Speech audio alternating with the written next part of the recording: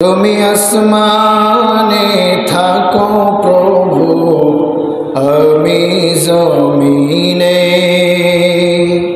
তব তোমারি প্রেম জমে হৃদয় গহীনে। তুমি আসমানে থাকো প্রভু, আমি জমিনে, তব তোমারি প্রেম জমে হৃদয় গহীনে। আমি তোমারি গোলাম গো, অন্য কারো না। আমি তোমারি গোলাম গো, অন্য কারো না। আলিমুল গায়ব তুমি, মালিক রব্বানা। আল্লাহু আল্লাহু আল্লাহু আল্লাহ, আল্লাহু আল্লাহু আল্লাহু আল্লাহ।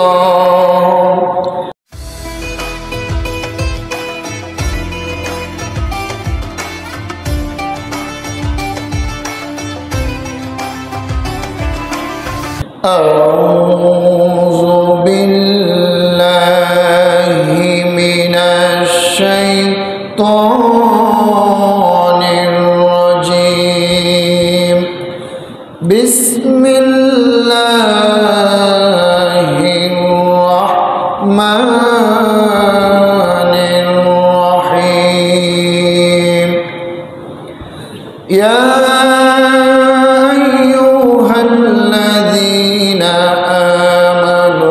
اجتنبوا كثيرا من الظن إن بعض الظن إثم ولا تجسسوا ولا يغتب بعضكم بعضا أيحب أحدكم أن يأكل لحم أخيه ميتا فكرهتموه واتقوا الله إن الله تواب رحيم.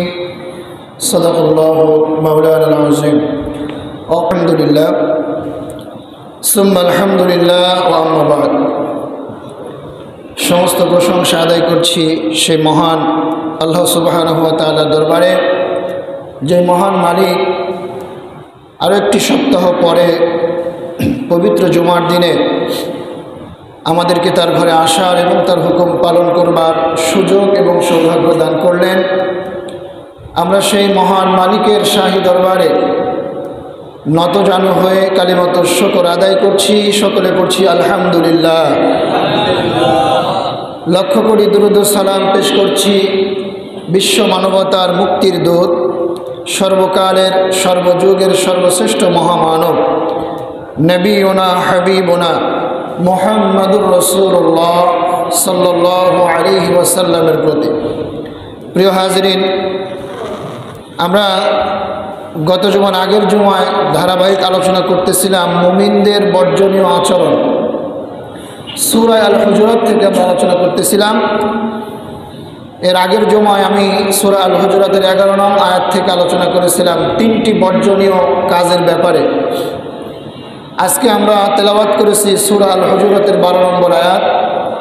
এই আয়াতের মধ্যেও আল্লাহ তাআলা মুমিনদের জন্য 3টি বর্জনীয় আচরণের ব্যাপারে উল্লেখ করেছেন, যেই আচরণগুলো আমাদের ব্যক্তি, সমাজ, রাষ্ট্র সব জায়গায় এই আচরণগুলো যদি আমরা বর্জন করে চলি তাহলে আমাদের শান্তি শৃঙ্খলা ফিরে আসবে, একটি শান্তির সুবাতাস বইবে। এই আচরণগুলো যদি আমরা অ্যাভয়েড করে চলি, যাদের মধ্যে এই আচরণগুলো আছে, তাহলে ব্যক্তি, সমাজ, রাষ্ট্র এর দ্বারা অনেক উপকৃত হবে। আল্লাহ সুবহানাহু ওয়া তাআলা তিনি চান আমরা যেন একটি পরিশুদ্ধভাবে জীবনযাপন করি, আমরা যেন শান্তি সমৃদ্ধির সাথে সম্প্রীতির সঙ্গে আমরা যেন আমাদের জীবনযাপন করতে পারি সামাজিক শৃঙ্খলা ঠিক রেখে, পারিবারিক শৃঙ্খলা ঠিক রেখে, পারস্পরিক সৌহার্দ্যপূর্ণ একটি পরিবেশ তৈরি করে আমরা যেন আমাদের জীবনটাকে পরিচালনা করতে পারি। আল্লাহ তাআলা এটা চান, এজন্যই কিছু বিধান আল্লাহ তাআলা তার মুমিন বান্দা বান্দীদের জন্য দিয়েছেন, যেগুলো যদি আমরা অনুসরণ করতে পারি, অনুকরণ করতে পারি, তাহলে অবশ্যই এর সুফল, এর যেই বেনিফিট, এটা আমরা অবশ্যই ভোগ করতে পারবো। প্রিয় হাজরিন, আল্লাহ রাব্বুল আলামিন সূরা আল হুজুরাতের 12 নং আয়াতে কারিমা এভাবে আল্লাহ তাআলা ঘোষণা করছেন। আল্লাহ রাব্বুল আলামিন বলেন, ইয়া আইয়ুহাল্লাযীনা আমানু ইজতানিবু কাসীরাম মিনাজ-যন্নি। আল্লাহ তাআলা বলেন, হে ঈমানদারগণ, হে বিশ্বাসীগণ, ইজতানিবু কাসীরাম মিনাজ-যন্নি, তোমরা অধিক ধারণা থেকে বেঁচে থাকো, অধিক অনুমান থেকে তোমরা বেঁচে থাকো। কারণ কি? ইন্না বা'দা-য-যন্নি ইসম, কারণ অনেক ক্ষেত্রেই, অধিকাংশ ক্ষেত্রেই অধিক ধারণা এটা পাপের শামিল হয়ে যায়, এটা মিথ্যার শামিল হয়ে যায়। এজন্য তোমরা মন গড়া নিজের মতো করে অনুমান, ধারণা থেকে তোমরা বিরত থাকো। প্রিয় হাজরিন, এই যে ইজতানিবু কাসীরাম মিনাজ-যন্নি ইন্না বা'দা-য-যন্নি ইসম, এই যে আচরণ, ধারণা, অধিক অনুমান করা, এটা কিন্তু আমাদের একটা অনেকগুলো চারিত্রিক দোষের মধ্যে এটা একটা দোষ। আমরা চারিত্রিক দোষ বলতে মনে করি একজন মানুষের চরিত্র খারাপ, তার নজর ভালো না, তার পরনারীর প্রতি সে আকৃষ্ট। চারিত্রিক ত্রুটি বলতে আমরা এগুলোই বুঝি।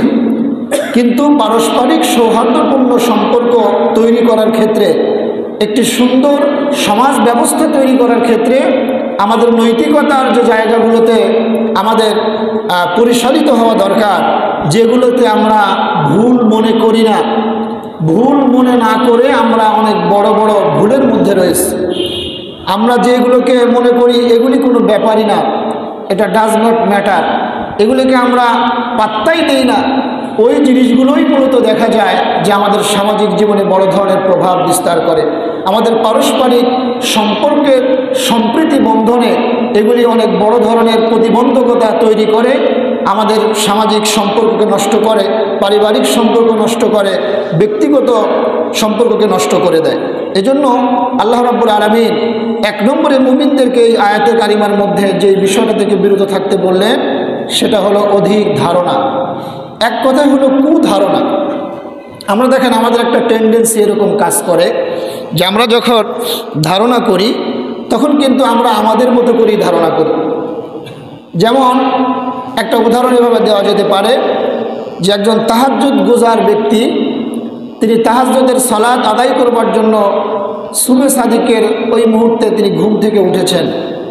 তিনি হয়তো তার পুকুর পাড়ে গিয়েছেন ওযু করার জন্য। তার একজন ব্যক্তি সারা রাত চুরি করার পরে পুকুরের আরেক প্রান্তে বসে এসে তার হাত পা পরিষ্কার করতেছে, হাত পা ধুচ্ছে। এখন তাহাজ্জুদ পড়নেওয়ালা ব্যক্তি তিনি মনে করছেন যে আমি যেরকম তাহাজ্জুদ পড়ি ওই লোকটাও হয়তো আমার মতো তাহাজ্জুদ পড়ার জন্য উঠেছে, সেও বোধহয় ওযু করতেছে, তাহাজ্জুদের নামাজের প্রস্তুতি নিচ্ছে। আবার ঠিক যেই ব্যক্তি চুরি করে আসছে তার চিন্তাটা এরকম হলো যে আমি একাই চুরি করি না, এই গ্রামে আর একজন চোর আছে, সেও আমার মতো সারা রাত চুরি করে এসে ওই যে হাত পা পরিষ্কার করতেছে। এই যে মনের ধারণা, এটার কখনো ভিত্তি হতে পারে না, এটা সত্যের বিকল্প হতে পারে না। এই জন্যই আল্লাহ রাব্বুল আলামিন বলেছেন যে ইন্না বা'দা-য-যন্নি ইসম, কতক ধারণা এটা পাপ, এটা মিথ্যা, এটা কবিরা গুনাহ। এজন্য কুধারণা থেকে আমাদেরকে বেঁচে থাকতে হবে। মনে করেন কেউ দেখলো তার বন্ধু একটা মেয়েকে নিয়ে ঘুরে বেড়াচ্ছে বাইকে করে, তখন ওই বন্ধুটা অন্যান্য বন্ধুদের কাছে এভাবে এই ঘটনা বর্ণনা করতেছে যে আমাদের অমুক বন্ধু তো প্রেমে পড়েছে, আমি দেখলাম একটা মেয়েকে নিয়ে বাইকে ঘুরে বেড়াচ্ছে। অথচ এমনও হতে পারে ওই বন্ধুর সঙ্গে যে মেয়েকে সে দেখেছে সে হতে পারে তার আপন বোন, হতে পারে তার আপন ভাগ্নি, হতে পারে তার আপন খালা, এরকমের অনেক নিকটজন হতে পারে। কিন্তু আমরা যখন ধারণা করি প্রথমেই আমরা নেগেটিভ চিন্তাটা করি। এই যে নেগেটিভ চিন্তা, কুধারণা, এটার জন্যই আল্লাহ রাব্বুল আলামিন আমাদেরকে এই অধিক ধারণা থেকে আমাদেরকে বিরত থাকতে বলেছে। কোনো প্রয়োজন নাই ধারণা করবার জন্য। যদি কারো ব্যাপারে ধারণা করার কোনো প্রয়োজন হয় তাহলে আল্লাহ রসুল বলেছেন তুমি তার ব্যাপারে সুধারণা করো, ভালো ধারণা করো। বাহ্যিকভাবে তার যে চারিত্রিক বৈশিষ্ট্য দেখা যায়, তার যেই আচরণ দেখা যায়, এটার উপরে ভিত্তি করে তুমি তার উপরে ভালো ধারণা করো। যদি তার মধ্যে নেগেটিভ কিছু থাকে, এটার দায়ভার সে আল্লাহর সাথে সে বোঝাপড়া করবে। কিন্তু একজন মানুষের মধ্যে যদি খারাপ কিছু না থাকে আর আমি যদি তার সম্পর্কে এটা চিন্তা করি, সে ভালো হোক বা খারাপ হোক, আমি যে এই যে খারাপ চিন্তাটা করলাম এর কারণে কিয়ামতের ময়দানে আল্লাহর কাছে আমাকে জবাবদিহি করতে হবে, আল্লাহর কাঠগড়ে আমাকে দাঁড়িয়ে থাকতে হবে। আপনি যার সম্পর্কে ধারণা করলেন সে হতে পারে আপনার ধারণা সঠিক, আবার হতে পারে বেঠিক, কিন্তু আপনি যে ধারণাটা করলেন খারাপ ধারণা, এটার কারণে আপনাকে আল্লাহর দরবারে জবাবদিহি করা লাগবে। তাহলে আমরা কেন এই রিস্কের মধ্যে যাব? ধারণা করার প্রয়োজনটা কি? আমি আমাকে নিয়ে চিন্তা করলেই তো পারি, আরেকজন কি করলো না করলো, কার কি সমস্যা, এগুলি নিয়ে চিন্তা করার প্রয়োজন অন্যজনের কোনো প্রয়োজন নাই। আর এর দ্বারা কি হয়, আপনি যখন আরেকজন সম্পর্কে একটা ব্যাড কমেন্ট করবেন, একটা খারাপ ধারণা নিয়ে আপনি অন্য জায়গায় এটাকে আলোচনা করবেন, তখন এই কথাটা যখন ওই ব্যক্তির কাছে পৌঁছে যাবে তখন তার সঙ্গে আপনার একটা ব্যক্তিগত সম্পর্ক বিনষ্ট হবে, পারস্পরিক সৌহার্দ্যপূর্ণ আচরণটা বিনষ্ট হবে। সে তখন আপনার ব্যাপারে নেগেটিভ চিন্তা করবে। এই যে পারস্পরিক সম্পর্ক নষ্ট হলো, এর দ্বারা সামাজিক সম্পর্ক নষ্ট হবে। একটা সময় একটা গোলযোগ, একটা অপ্রীতিকর একটা ঘটনা সংঘটিত হতে পারে। এজন্য আল্লাহ রাব্বুল আলামিন এটা আর একেবারে গোড়ায় তিনি আঘাত করেছেন যে আমরা যদি ধারণা থেকেই বেঁচে থাকি, অধিক অনুমান থেকে আমরা বেঁচে থাকি, কারণ অনুমানগুলো অধিকাংশই মিথ্যা হয়। আপনি এই পর্যন্ত যত অনুমান করেছেন, আন্দাজ করেছেন, এর অধিকাংশই আপনি দেখবেন যে মিথ্যা প্রতিপন্ন হয়েছে। সুতরাং এটাকে সত্যের বিকল্প ভাবার কোনো সুযোগ নাই। আমার আপনার প্রয়োজন নাই নিজের চিন্তা না করে, নিজের খেয়ে পড়ে আরেকজনকে নিয়ে চিন্তা গবেষণা করব, এটা মুমিনের কাজ হতে পারে না। মুমিন সর্বপ্রথম নিজেকে ঠিক করবে, আমার চরিত্র কেমন, আমার কাজগুলি কেমন, আমার আমলগুলি কেমন, আমি যে আমলগুলো করছি এগুলি আমার নাজাতের জন্য যথেষ্ট কিনা, আমি আল্লাহর কাছে এর দ্বারা মাপ পাবো কিনা, কিয়ামতের ময়দানে আল্লাহর কাঠগড়ে আমাকে দাঁড়াতে হবে কিনা, এই চিন্তা করতেই তো মুমিন পেরেশানি থাকার কথা। অন্যের চিন্তা কখন করবে?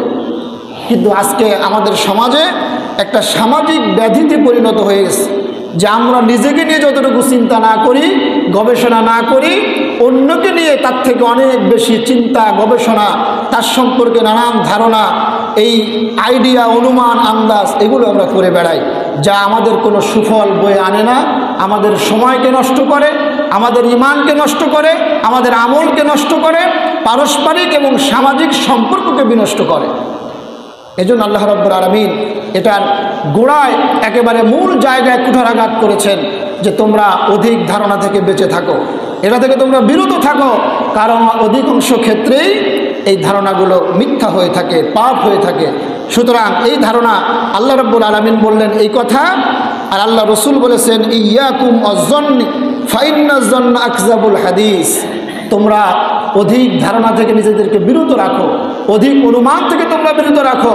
ফাইন্নায যন্ন আকযাবুল হাদিস, অধিকাংশ ক্ষেত্রে এই ধারণাগুলো একটা বড় মিথ্যা, একটা ভয়ঙ্কর রকমের মিথ্যায় প্রতিপন্ন হয়। প্রিয় হাজিরিন, আজকে অনেক ক্ষেত্রেই আপনি ধারণা করতে পারেন কারো সম্পর্কে, কোনো কোনো ক্ষেত্রে ধারণাটা জরুরি হয়ে পড়ে। কিছু কিছু ক্ষেত্রে যেমন আদালতের বিচার ফয়সালার ক্ষেত্রে বিচারককে সাক্ষীর উপরে বিচার ফয়সালা রায় দিতে হয়। সাক্ষী যে সাক্ষ্যটা দিল সেটার উপরে ভিত্তি করে বিচারককে ফয়সালা দিতে হয়। এক্ষেত্রে বিচারক সাক্ষীর সাক্ষ্য শুনে তার বিবেক যেদিকে রায় দেয়, তার কাছে যেটাকে বেশি যুক্তিসম্পন্ন মনে হয় বিচারক সেটাই রায় দিয়ে দেয়। আবার অনেক ক্ষেত্রে এরকম দেখা যায় যে আমরা এমন কোনো জায়গায় উপনীত হয়েছি, এমন কোনো জায়গায় আমরা সফরে গিয়েছি যেখানে আমরা কেবলা নির্ধারণ করতে পারছি না। কোন দিকে কেবলা হবে, আপনি নামাজ আদায় কীভাবে করবেন, সেক্ষেত্রে ইসলাম আপনাকে অনুমতি দিয়েছে যে আপনার মন যেদিকে বেশি সায় দেয়, আপনার অনুমান আন্দাজ আপনাকে যেদিকে নির্দেশনা করে আপনি সেদিকেই নামাজ আদায় করেন, এক্ষেত্রে এই অনুমান ঠিক আছে। কিন্তু এছাড়া একজন সম্পর্কে বেহুদা ধারণা করে, অনুমানের উপরে ভিত্তি করে কাউকে কটাক্ষ করা, কাউকে খারাপভাবে সমাজের সামনে তাকে লাঞ্ছনা দেওয়া, তার ব্যাপারে নেগেটিভ কথাবার্তা বলা, এটা আদৌ একজন মুমিনের কাম্য হতে পারে না, মুমিনের কাজ হতে পারে না। একজন মুমিন সে সর্বপ্রথম নিজেকে নিয়ে চিন্তা করবে, নিজেকে নিয়ে আল্লাহর সামনে কিভাবে নিজেকে পরিশুদ্ধভাবে দাঁড় করানো যায়, আল্লাহর সামনে নিজেকে কিভাবে সলিডভাবে উপস্থাপন করা যায়, এই চিন্তাটা একজন মুমিন আগে করবে। কারণ আল্লাহ রাব্বুল আলামিন বলেছেন, ইয়াউমা লা ইয়ানফাউ মালু ওয়ালা বানুন, আল্লাহ তাআলা বলেন কিয়ামতের দিন দুনিয়ার এই সম্পদ, সন্তানাদি, তোমার ধন সম্পদ, এগুলি কোনো কাজে কিয়ামতের দিন আসবে না। ইল্লা মান আতাল্লাহা বিকলবিন সালিম, কিয়ামতের দিন যদি কোনো ব্যক্তি একটা পরিশুদ্ধ অন্তর নিয়ে আল্লাহর সামনে দাঁড়াতে পারে, একটা পরিষ্কার মন নিয়ে যদি আল্লাহর সামনে দাঁড়াতে পারে, তাহলে আল্লাহ রাব্বুল আলামিন ওই ব্যক্তিকে কিয়ামতের দিন নাজাতের ফয়সালা করে দিবে। সুবহানাল্লাহ। দেখেন, আমরা যখন দুনিয়ায় এসেছিলাম আমাদের অন্তরটা ছিল একেবারে পরিশুদ্ধ, শুভ্র, সাদা। আল্লাহ রসুল বলেছেন, যখন কোনো মানুষ একটা পাপ করে, একটা গুনাহ করে, একটা মিথ্যা বলে, একটা মিথ্যা কাজ করে, আল্লাহ বিরোধী কোনো কাজ করে, তখন তার অন্তরের মধ্যে একটা কালো দাগ পড়ে যায়। এই সাদা শুভ্র অন্তরের মধ্যে একটা কালো দাগ পড়ে। আবার আরেকটা অন্যায় করার পরে আরেকটা দাগ পড়ে, আরেকটা অন্যায় করার পরে আরেকটা দাগ পড়ে। এভাবে করতে করতে করতে করতে একটা সময় তার অন্তরটা কালো দাগে পড়তে পড়তে তার অন্তরটা এতটাই কলুষিত হয়ে যায়, তখন আর ওই ব্যক্তির কাছে ভালো বলে কোনো জিনিস আর উপলব্ধি হয় না।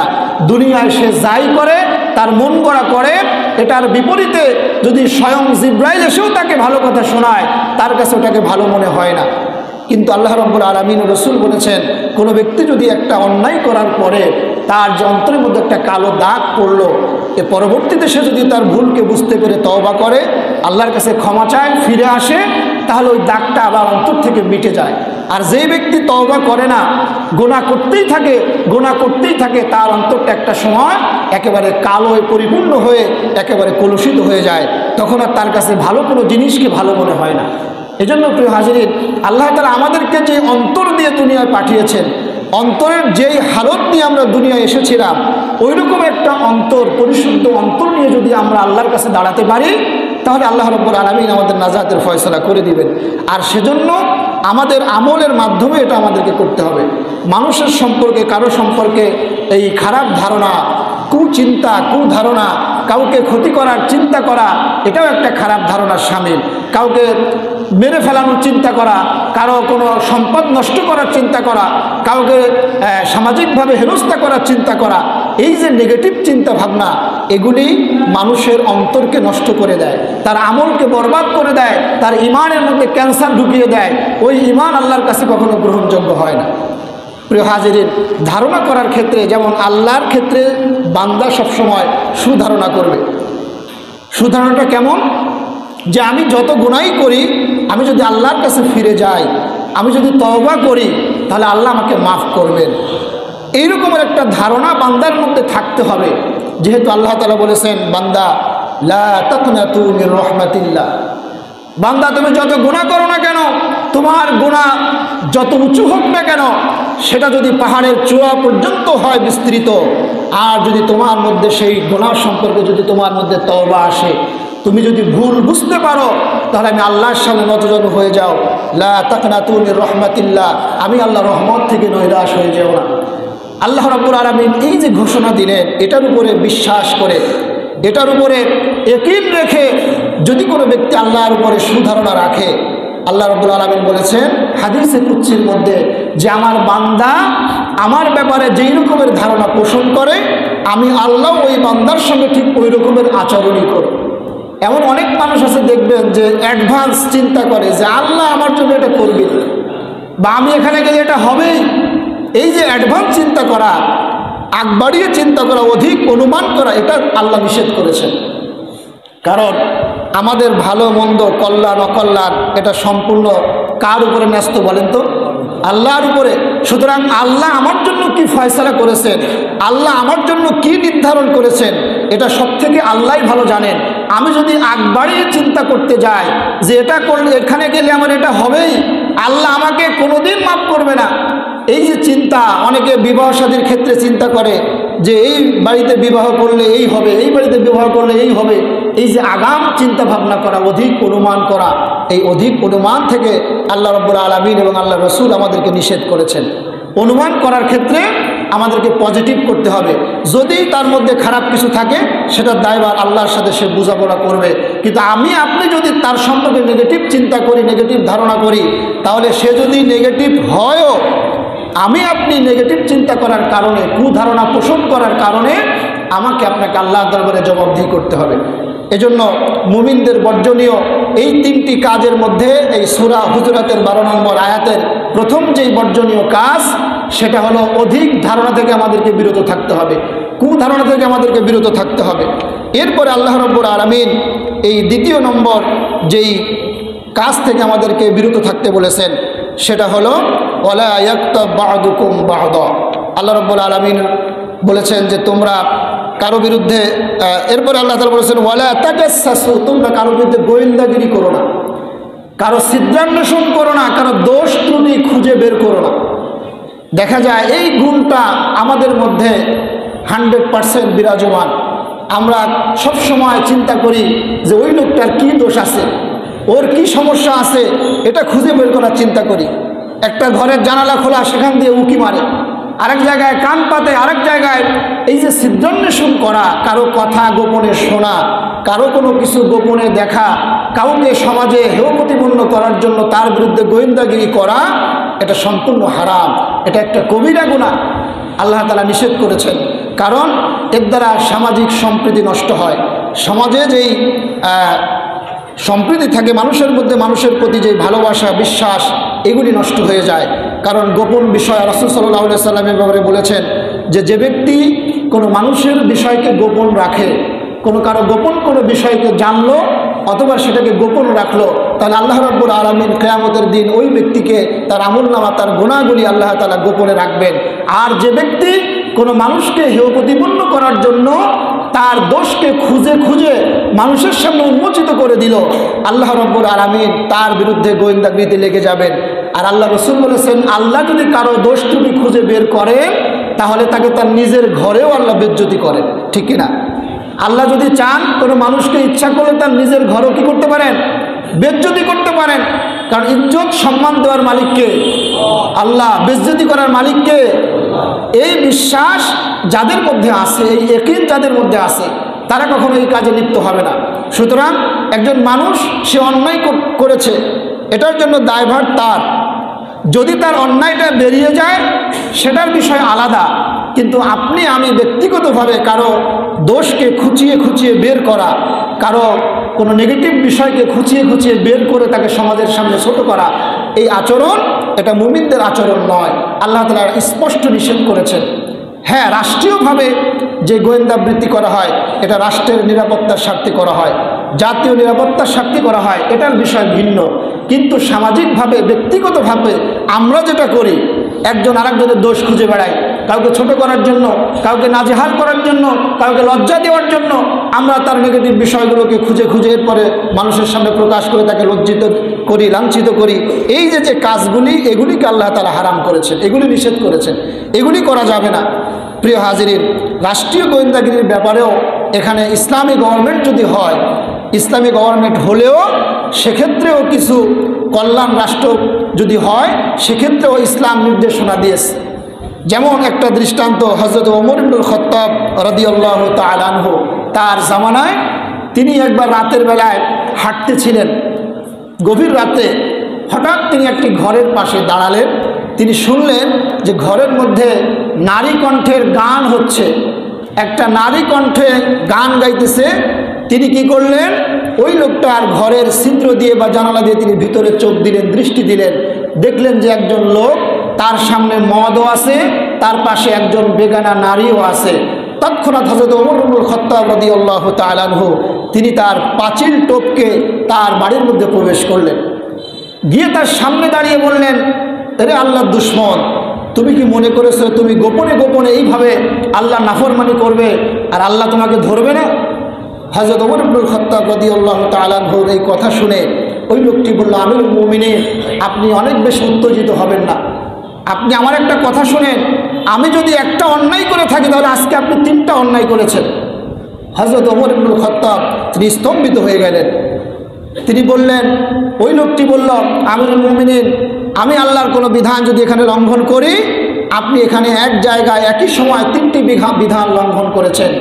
1 নম্বরে যে বিধানটি আপনি লঙ্ঘন করেছেন, আল্লাহ তাআলা বলেছেন তোমরা কারো দোষ ত্রুটি খুঁজে বেরিও না, কিন্তু আপনি আমার দোষ নিজে খুঁজে বের করেছেন। 2 নম্বরে আপনি আল্লাহ রাব্বুল আলামিন বলেছেন যদি কারো বাড়িতে প্রবেশ করতে হয় তাহলে তার সদর দরজা দিয়ে প্রবেশ করবে, কিন্তু আপনি আমার পাঁচিল টপকে আমার বাড়িতে প্রবেশ করেছেন, এটা আপনার 2 নম্বরের অপরাধ। 3 নম্বরে আল্লাহ রাব্বুল আলামিন বলেছেন নিজের বাড়ি ব্যতীত, নিজের ঘর ব্যতীত অন্য কারো বাড়ি বা ঘরে প্রবেশ করতে হলে অবশ্যই তার সালামের মাধ্যমে তার অনুমতি নিয়ে প্রবেশ করতে হবে, কিন্তু আপনি আমার কাছে অনুমতি ছাড়াই আমার ঘরে আপনি প্রবেশ করেছেন। এই 3টি কথা যখন ওই লোকটি বলল, হযরত ওমর রাদিয়াল্লাহু তাআলা আনহু তিনি নিজের ভুলকে বুঝতে পারলেন, তিনি নিজের ভুলকে স্বীকার করলেন, কিন্তু ওই লোকটিকে তিনি কিছু বললেন না, পানিশমেন্ট দিলেন না। তবে পরবর্তীতে সামনে থেকে যেন এই ধরনের কোনো আচরণ আর সে না করে, এই একটা রিকোয়ারমেন্ট তার কাছ থেকে তিনি নিয়ে আসলেন। তাহলে প্রিয় হাজিরিন, এখানে যে শিক্ষাটা আমাদেরকে দেয়, আমাদের রাষ্ট্র, আমাদের সমাজ, আমাদের দায়িত্বশীল যারা আছে, আজকে দেখেন বিগত সময়গুলিতে যারা রাষ্ট্রীয় ক্ষমতায় ছিল তারা মানুষদের তার ভিন্ন মতকে দমন করার জন্য তারা কত নিকৃষ্ট পন্থা অবলম্বন করেছে।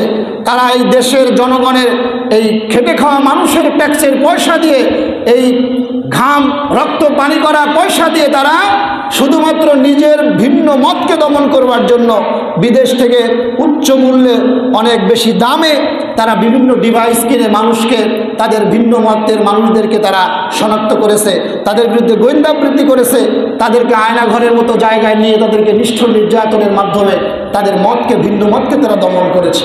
এই যে কাজ, এগুলি একটা রাষ্ট্রের জন্য অবশ্যই এটা শোভনীয় নয়। আল্লাহ রাসূল সাল্লাল্লাহু আলাইহি ওয়াসাল্লাম বলেছেন যদি রাষ্ট্রীয় দায়িত্বশীলগণ তার প্রজা বা তার জনগণ বা তার অধীনস্থ যারা থাকে তাদের উপর যদি কোনো মিথ্যা অপবাদ চাপিয়ে দেয়, তিরমিজি শরীফের হাদিস আল্লাহ রাসূল বলেছেন, তাহলে ওই আচরণ এটা জনগণের মধ্যে প্রভাব বিস্তার করে।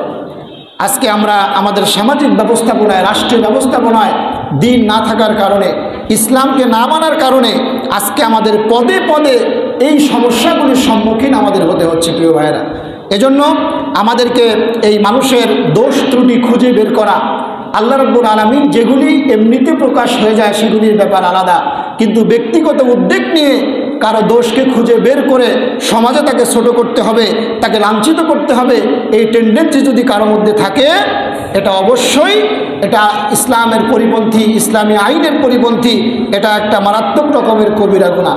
প্রিয় হাজিরিন, তাহলে এই জিনিসগুলো থেকে যদি আমরা মুক্তি পেতে চাই, এই যে মানুষের মধ্যে রেষারেষি, একজন আরেকজনের বিরুদ্ধে লাগালাগি, গোয়েন্দাবৃত্তি করা, কারো বিরুদ্ধে কারো গোপন বিষয়কে খুঁজে খুঁজে বের করে মানুষের সঙ্গে প্রকাশ করে তাকে লাঞ্ছিত করা, এই যে টেন্ডেন্সি, এই যে কর্মকাণ্ড, এগুলি থেকে যদি আমরা মুক্তি পেতে চাই, তাহলে আমাদেরকে একটি কল্যাণ রাষ্ট্র প্রতিষ্ঠা করতে হবে, একটি ইনসাফ এবং ন্যায়ভিত্তিক রাষ্ট্র আমাদেরকে প্রতিষ্ঠা করতে হবে।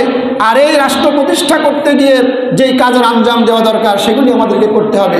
প্রিয় ভাইরা, দল মত নির্বিশেষে আপনি যদি শান্তি পেতে চান, আপনি একটা দল করতেই পারেন, আপনি একটা দলের অনুসারী হতেই পারেন, কিন্তু আপনার যদি সামাজিক জীবনে যদি আপনি নিরাপত্তা নিশ্চিত করতে চান, আপনাকে অবশ্যই আল্লাহর দেওয়া বিধানকে মেনে নিতে হবে। কারণ আল্লাহ কোনো নির্দিষ্ট দলের নয়, আল্লাহর কোরআন কোনো নির্দিষ্ট দলের জন্য আল্লাহ তাআলা দেন নাই।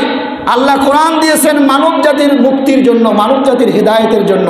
সুতরাং আমরা যারা মানুষ, আমরা যে সমাজে বসবাস করি, এই সমাজ থেকে যদি আমরা এই বিশৃঙ্খলাকে যদি দূর করতে চাই, তাহলে অবশ্যই আমাদেরকে এই কোরআনের আইনগুলো সমাজে বাস্তবায়ন করতে হবে।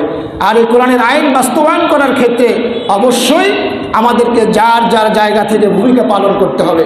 আজকে আমরা দলীয় স্বার্থে বা দলীয় সীমাবদ্ধতার কারণে অনেক ক্ষেত্রে আমরা দ্বীনের ব্যাপারে কথা বলতে পারি না, যেটা সত্য সেটাকে আমরা সত্য বলতে পারি না।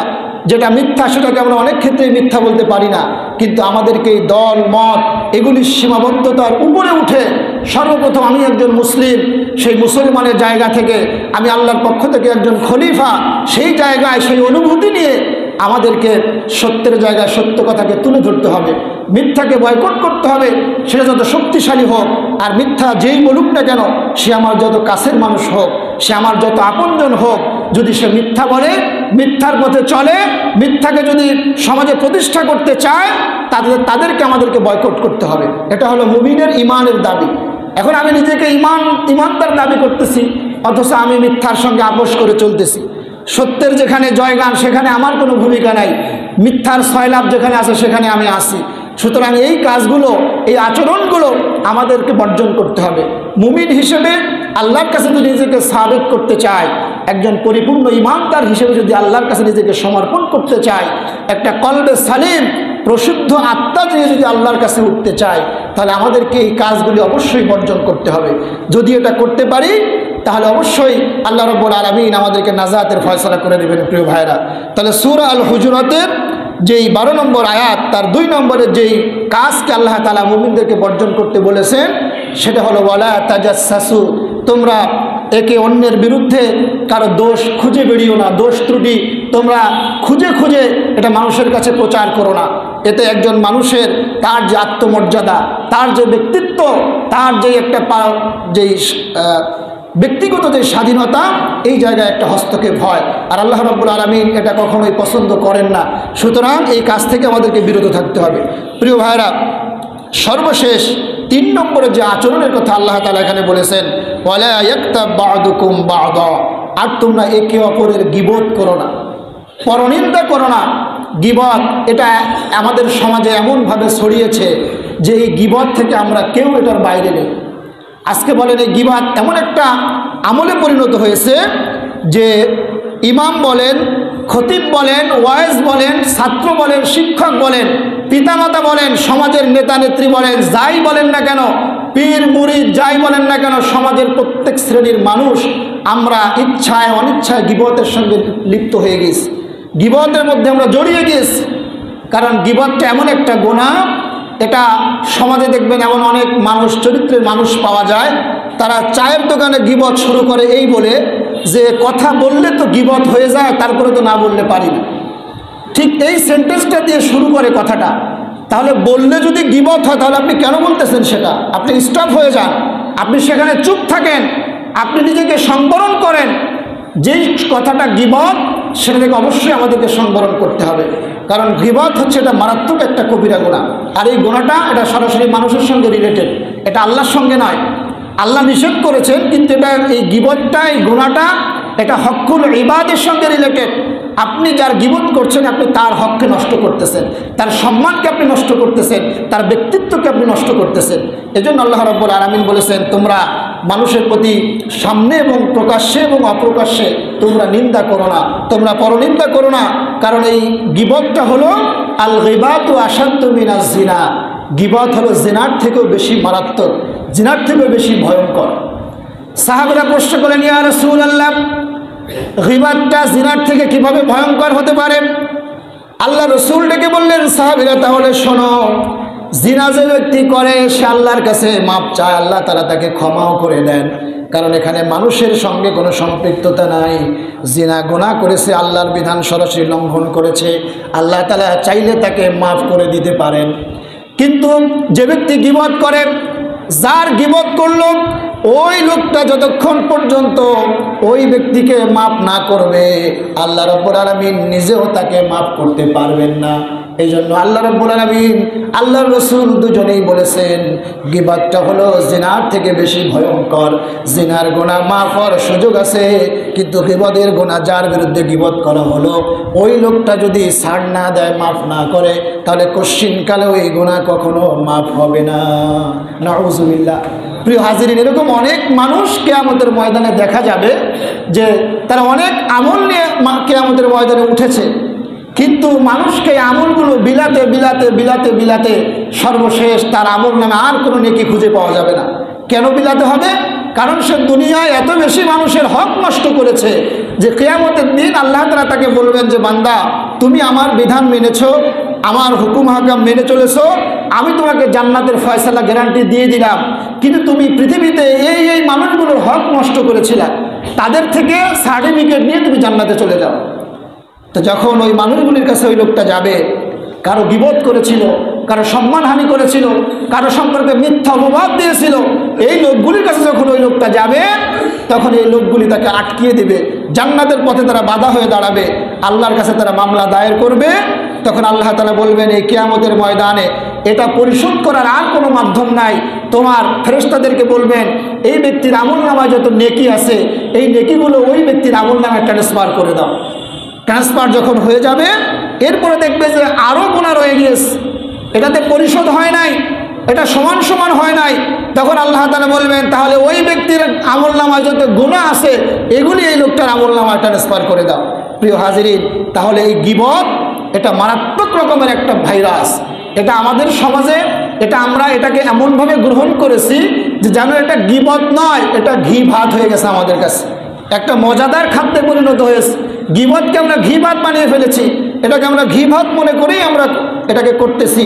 হুজুর বলেন, ওয়াইজ বলেন, বক্তা বলেন, পীর বলেন, মুরিদ বলেন, প্রত্যেকের জায়গা থেকে বিভিন্নভাবে গীবতের সঙ্গে জড়িত হচ্ছি। গীবত শুধু করার নাম নয়, গীবত শোনাটাও গীবতের গুনার অংশীদার। প্রিয় হাজরিন, আল্লাহ রসুলের সাহাবীদেরকে আল্লাহ রসুল প্রশ্ন করলেন, তোমরা গীবত কি তোমরা কি জানো? সাহাবা একরাম বলেন, ইয়া রাসূলুল্লাহ, আল্লাহ এবং তার রসুল ভালো জানেন। আল্লাহ রসুল বললেন, যিকরুকা ওয়া আখুকা বিমা ইয়াকরাহু। গীবত হলো ওই গুনাহ যেটা তুমি তোমার যে ভাই সম্পর্কে বললা, তার অগোচরে, তার অনুপস্থিতিতে এই কথাটা সে শুনলে মনে কষ্ট পাবে, এটাই হলো গীবত। তখন সাহাবীরা প্রশ্ন করলেন, ইয়া রাসূলুল্লাহ, আমি যেই বিষয়টা বললাম এটা যদি তার মধ্যে থেকে থাকে, এই দোষ যদি তার মধ্যে থেকে থাকে, তাহলে সেটা কি হবে? আল্লাহ রসুল বলেন, এটাই তো গীবত। তুমি যেটা বললা আর ওই দোষ যদি তার চরিত্রের মধ্যে থাকে, এটাই হলো গীবত। আর তুমি একটা অপবাদ দিলা, সেটা তার চরিত্রের মধ্যে নাই, এটা আরো বড় রকমের অপরাধ, এটা হলো মিথ্যা অপবাদ, এটা হলো বুহতান, এটা আরো জঘন্য অপরাধ। সুতরাং এই কাজ করা যাবে না। প্রিয় ভাইয়েরা, আমরা আজকে আমাদের সমাজে এমন একটা অবস্থা তৈরি হয়ে গিয়েছে, আমাদের চরিত্রটা এমনভাবে আমরা মাইন্ড সেট আপ করে ফেলেছি যে আমরা মানুষের সামনে আসলে তার প্রশংসা করি, পিছনে গেলে তাকে গালি দিই। এটা আমাদের চরিত্রের একটা অংশ হয়ে গিয়েছে। যেই মানুষটাকে সামনে আসার পরে তার সঙ্গে আমি তেলবাজি করতেছি, তার ভালো ভালো কথা বলতেছি, তাকে মানে পাম্পট্টি দিয়ে তাকে একেবারে আকাশে তুলে দিতেছি, ওই লোকটা যখন আমার সামনে থেকে একটু দূরে গেল, তাকে গালি দিতে দ্বিধাবোধ করে না। তাহলে এই যে চরিত্র আমাদের, এই চরিত্র থেকে আমাদেরকে বেরিয়ে আসতে হবে। এটা মারাত্মক রকমের একটা কবিরা গুনাহ। আর এই কবিরা গুনার কারণে আমরা ইচ্ছায় অনিচ্ছায় আমাদের আমলগুলোকে আমরা ধ্বংস করে ফেলতেছি। প্রিয় হাজিরিন, এই গুনাহ থেকে যদি আমরা বেরিয়ে আসতে না পারি, আজকে চায়ের স্টল বলেন, বিভিন্ন জায়গায় বলেন, যত জায়গায় যত আড্ডাখানা আছে দেখবেন সেখানে নিজেদের কোনো কথা নাই, সব কথা অন্যদেরকে নিয়ে। মানে আমরা নিজেদেরকে নিয়ে কথা বলার থেকে অন্যকে নিয়ে কথা বলাটা এটা আমাদের কাছে বেশি পছন্দের। পৃথিবীতে সবথেকে গর্হিত কাজ, সবথেকে নিন্দনীয় কাজ হলো অন্যের সমালোচনা করা। আর পৃথিবীতে সবথেকে উত্তম কাজ হলো নিজেকে নিয়ে সমালোচনা করা। আমি এর আগের সময় বলেছিলাম, পৃথিবীতে সবথেকে বড় মনের মানুষ যারা, সবথেকে ভালো উদার মনের মানুষ যারা, তারা সবসময় নিজের সমালোচনা করে, নিজের দোষটাকে আগে বিচার করে। আমি কি করেছি, আমার কাজগুলো কি হচ্ছে, আমি কতটুকু ভালো কাজ করতে পেরেছি। আর যে ব্যক্তি সবথেকে নিকৃষ্ট মনের অধিকারী, ন্যারো মাইন্ডেড, সবথেকে চিপ মাইন্ড, একেবারে ছোট মন মানসিকতা নিয়ে যে লোকটা চলে, ওই লোকটাই একমাত্র অন্যের সমালোচনা করতে পারে। প্রিয় হাজিরিন, তাহলে এটা মুমিনদের বৈশিষ্ট্য নয় যে সে অন্যের সমালোচনা করবে, অন্যকে নিয়ে তার নিন্দা করবে। আল্লাহ রসুল সাল্লাল্লাহু আলাইহি ওয়াসাল্লাম বলেছেন যে তোমরা যদি একজন আরেকজনের পরনিন্দা করতে থাকো, আমি যখন মেরাজের রাতে মেরাজে গিয়েছিলাম, আমি এমন একটা দলের পাশ দিয়ে অতিক্রম করতেছিলাম যাদের আঙ্গুলগুলো তামার, তারা নিজেদের গায়ের গোশতগুলো তারা নিজেরা ছিটতেছে আর নিজেরা খাচ্ছে। আমি জিব্রাইলকে জিজ্ঞাসা করলাম, জিব্রাইল এরা কারা? জিব্রাইল বলল, ইয়া রাসূলুল্লাহ, এরা আপনার উম্মতের মধ্যে ওই দল যারা দুনিয়ায় তাদের অন্য ভাইদের গীবত করত। কারণ আল্লাহ রাব্বুল আলামিন বলেছেন, আইয়াকুলা লাহমা আখিহি ফাকারিহতুমু। আল্লাহ বলেছেন যে গীবতকারীর গুনাহ হলো সে যেন তার মৃত ভাইয়ের গোশত ভক্ষণ করছে। নাউযুবিল্লাহি মিন যালিক। কত বড় নিকৃষ্ট একটি কাজ যে আমরা প্রতিনিয়ত এই কাজটা করেই যাচ্ছি। আচ্ছা বলেন তো, আমাদের সামনে যদি এমনি একটা মৃত প্রাণী, যেটা আমরা জীবিতভাবে মুরগি মনে করেন, হাঁস মুরগি গরু ছাগল ভেড়া বকরি এগুলি আমরা খাই, কিন্তু এগুলি কোনো একটা প্রাণী, মরা প্রাণী যদি আমাদের কাছে এনে দেওয়া হয়, যেটা তুমি জবেও করে এটার মাংস খাও, আমরা কি স্বাভাবিকভাবে ওটা খাইতে চাইবো? কেউ খাইতে যাবে না। তাহলে একটা জায়েজ প্রাণী যেটা আমাদের জন্য খাওয়া হালাল, সেটা মৃত হওয়ার কারণে আমরা সেটা খাইতে নারাজ, কিন্তু আমরা আমাদের এই গীবতের মাধ্যমে, এই পরনিন্দা চর্চার মাধ্যমে প্রতিনিয়ত আমরা আমার মরা ভাইয়ের গোশত ভক্ষণ করতেছি। নাউযুবিল্লাহি মিন যালিক। প্রিয় হাজিরিন, এটা থেকে অবশ্যই আমাদেরকে বেরিয়ে আসতে হবে। এই নিন্দনীয় কাজ থেকে আমাদেরকে বেরিয়ে আসতে হবে। এটার কারণে যেমন আমরা আমাদের ঈমান আমলকে নষ্ট করতেছি, ঠিক তেমনিভাবে আমাদের সামাজিক সম্পর্কগুলোকে বিনষ্ট করতেছি। পারস্পরিক সম্পর্ক নষ্ট হচ্ছে, সমাজগুলো ধ্বংস হয়ে যাচ্ছে। আমাদের থামা উচিত, আমাদের চুপ করা উচিত, স্টপ হয়ে যাওয়া উচিত। এটা যদি আমরা না করি, তাহলে কিয়ামতের ময়দানে জাহান্নাম ছাড়া আমাদের কোনো ফয়সালা হবে না। আমাদের এখনই থেমে যাওয়া উচিত। এই পরনিন্দা থেকে, গীবত থেকে, এটা থেকে আমাদেরকে বেরিয়ে আসতে হবে। আল্লাহ রাব্বুল আলামিন বলেছেন, ওয়াইলুল লিকুল্লি হুমাযাতিল লুমাযা। যারা প্রকাশ্যে, সম্মুখে এবং পিছনে মানুষের নিন্দা করে, তারা ধ্বংস, তাদের জন্য ওয়াইল নামক দোজখ। প্রিয় হাজিরিন, এই দুইটার কাজ কোনোটাই আমাদের ক্ষেত্রে করা যাবে না। গীবত করা যেমন গুনাহ, গীবত শোনাটাও ঠিক তেমনিভাবে গুনাহের শামিল। আপনার সামনে যদি কেউ গীবত করে, আপনার ক্ষমতা থাকার পরেও যদি আপনি তাকে নিবৃত্ত না করেন, বাধা না দেন, তাহলে গীবত করলো যে সে যে গুনার ভাগীদার হলো, আপনিও সেম গুনার ভাগীদার হবেন। আপনার যদি ক্ষমতা, বাধা দেওয়ার ক্ষমতা না থাকে, আপনি সেখান থেকে উঠে চলে আসেন, আপনি সেই জায়গাটা ত্যাগ করেন। কিন্তু আজকেরকার সমাজে অনেক ক্ষেত্রে দেখা যায় আমরা তাল দিতে পছন্দ করি। সমাজের একজন মাতবর টাইপের মানুষ, সম্মানিত মানুষ একটা কথা বলতেছে, সেটা সত্য হোক মিথ্যা হোক, হ্যাঁ আপনি যেটা বলেছেন এটা ঠিকই বলেছেন, কারণ তার সাথে তাল না দিলে এটা কেমন হয়? এই যে তাল দেওয়ার অভ্যাস, এই যে চরিত্র, এটা আমাদেরকে আরও বেশি খারাপ বানিয়ে দিচ্ছে। আমরা কিছু কিছু মানুষদেরকে তাল দিয়ে, পাম্পট্টি দিয়ে, তেলবাজি করে তাদেরকে আরও গুনাহের দিকে আমরা তাদেরকে ঠেলে দিতেছি। নিজেদের আমল নামে আমরা গুনাহ করতেছি, তাদেরকেও আরও বেশি গুনাহ করবার জন্য উদ্বুদ্ধ করে দিতেছি। আপনার যদি তাকে প্রকাশ্য বাধা দেওয়ার ক্ষমতা না থাকে, আপনি ওখান থেকে উঠে চলে আসেন। দ্বিতীয়বার সে আপনার কাছে কোনো গীবত করতে আসবে না। আর আপনি যখন তাকে তাল দিবেন, তাকে আরও বাতাস দিবেন, তখন দেখবেন যে সে আরও বেশি সমালোচনা আপনার সাথে করবে। সেও গুনাহগার হবে, আপনিও গুনাহগার হবেন। সুতরাং এই কাজটি আমাদের করা যাবে না। আল্লাহ রসুলের স্ত্রী হযরতে মাইমুনা রাদিয়াল্লাহু তাআলা আনহা, তিনি একবার স্বপ্নে দেখলেন যে একটা মৃত, তার এক সঙ্গীর মৃত দেহ পড়ে আছে, এক ব্যক্তি তাকে বলতেছে এখান থেকে গোশত খাও। হযরতে মাইমুনা বললেন, আমি কেন এখান থেকে গোশত খাবো? বললো, কেন? তুমি তো গীবত করেছো, অমুক গোলামের গীবত করেছো, সুতরাং গীবত করা আর মৃত ভাইয়ের গোশত খাওয়া এটা তো সমান কথা, এখান থেকে তুমি গোশত ভক্ষণ করো। হযরতে মাইমুনা বললেন, আমি তো কখনো কশ্চিন কালেও আল্লাহর কসম করে বলি আমি কখনো তার গীবত করিনি। তখন এই লোকটি বলল যে হ্যাঁ, তুমি গীবত করনি, কিন্তু তুমি এই গীবতটা শুনেছো। তোমার কাছে একজন এই গীবত করেছে, তুমি তাকে বাধা দাওনি, তুমি তার কথাগুলো শুনেছো। তাহলে প্রিয় হাজিরিন, এই যে শোনার ক্ষেত্রে কিন্তু আমরা অনেকেই জড়িত এর সঙ্গে। আমরা হয়তো বা করি না, কিন্তু এমন জায়গায় আমরা বসি, এমন মজলিসে আমরা বসি যেখানে অল টাইম গীবত চলে, মানুষের পরনিন্দা চলে, মানুষকে সমালোচনা করে, আর আমরা সেখানে যে তাল দিই, বাতাস দিই। এই যে তেলবাজি করার কারণে এই যে আমাদের আমলগুলো নষ্ট হচ্ছে, আমাদের দুনিয়া এবং আখিরাত দুইটাই বরবাদ হয়ে যাচ্ছে।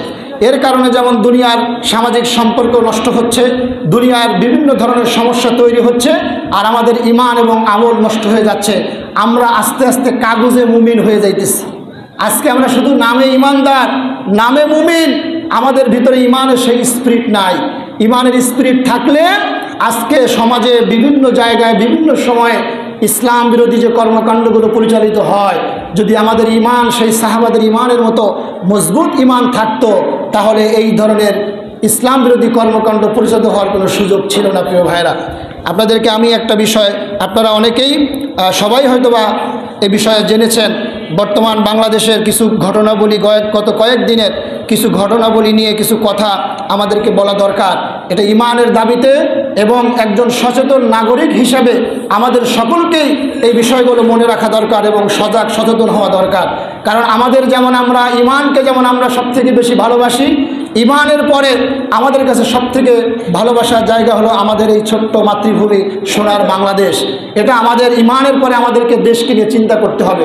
সুতরাং ইমান বিধ্বংসী এবং দেশ বিরোধী কোনো কর্মকাণ্ড যদি কোথাও পরিচালিত হয়, সেটার বিরুদ্ধে একজন ইমানদার হিসেবে, একজন সচেতন নাগরিক হিসেবে সেখানে প্রতিবাদ করা আমাদের প্রত্যেকটা মানুষের নৈতিক দায়িত্ব এবং কর্তব্য। আপনারা একটা সংগঠন সম্পর্কে শুনেছেন, ইসকন, চিনেন আপনারা? একটা হিন্দুত্ববাদ উগ্রবাদী সংগঠন, সন্ত্রাসী সংগঠন, যারা গত কয়েকদিন যাবৎ বাংলাদেশে এমন কিছু কার্যক্রম যারা পরিচালনা করেছে যেটা আমাদের বাংলাদেশের দেশ বিরোধী এবং ইসলাম বিরোধী কর্মকাণ্ড বলে প্রতীয়মান হয়েছে। আমরা বিভিন্ন জায়গা থেকে এটার প্রতিবাদ করা হয়েছে। গত কয়েকদিন আগে চট্টগ্রামে আদালতে যে আপনারা জানেন যে একজন ইসকনের নেতাকে গ্রেপ্তার করা নিয়ে কেন্দ্র করে সেখানে তাদের অনুসারীরা আমাদের এক ভাই অ্যাডভোকেট সাইফুল ইসলাম আলিফ, সেই ভাইটিকে তারা শাহাদাত বরণ করেছে। খুব নির্মমভাবে তাকে শহীদ করা হয়েছে। এই বাংলাদেশের জমিনে বসে এত বড় একটা দুঃসাহসিক কর্মকাণ্ড তারা ঘটালো। আমরা তাদেরকে বলে দিতে চাই, এটা কলকাতার দিল্লি নয়, এটা বাংলার জমিন, এটা গুজরাট নয়, এটা শাহজালালের পূর্ণভূমি বাংলাদেশ। এই জায়গায় যদি তুমি মনে করো গুজরাটের মতো কর্মকাণ্ড পরিচালনা করবে, সেই স্বপ্নে তোমাদের ঘুরে বালি। আমরা যেমন তোমাদের মন্দিরকে পাহারা দিতে জানি, এটা আমাদের দেশের ব্যাপারে, দেশের জাতীয়তার স্বার্থে, ইমানের স্বার্থে আমরা যেমন অন্য ধর্মের মন্দিরকে পাহারা দিতে জানি, ঠিক তেমনিভাবে যদি আমার ধর্মের উপরে, আমার দেশের উপরে আঘাত আসে, আমরা সেই জায়গায় তাকে ছাড় দিয়ে কথা বলতে যাব না। সুতরাং ইসকন নামক সন্ত্রাসী সংগঠনকে অনতিবিলম্বে বাংলাদেশ থেকে নিষিদ্ধ করতে হবে। এটা আমাদের ইমানের দাবি, এটা আমাদের জাতীয় নাগরিক হিসেবে আমাদের একটা জাতীয় দাবি। সকলে বলেন ঠিক কিনা? ইসকন যে কর্মকাণ্ডগুলো বাংলাদেশে পরিচালনা করতেছে, প্রত্যেকটা কার্যক্রম দেশ এবং সমাজ বিরোধী, ইসলাম বিরোধী কর্মকাণ্ডগুলো প্রতীয়মান হয়েছে। সুতরাং আমরা বর্তমান সরকারকে আমরা অনুরোধ করব, আপনারা আপনাদের জায়গা থেকে এই বিষয়গুলো অবশ্যই আপনারা দেখবেন। আমরা মুসলিম, আমাদের পরিচয় মুসলমান।